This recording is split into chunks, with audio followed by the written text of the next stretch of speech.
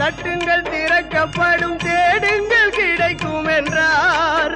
இயேசு தேடுங்கள் கிடைக்கும் என்றார். பெத்தலகேம் நகரின் மாட்டு தொழுவம், அதில் பிறந்தார் பரமபிதா. பூசை கன்னி மரியின் மடியில் தவழ்ந்தார் இயேசு பிதா. 6 வயதினில் ஆரம்ப பள்ளியில் கல்வி பயின்றாரே.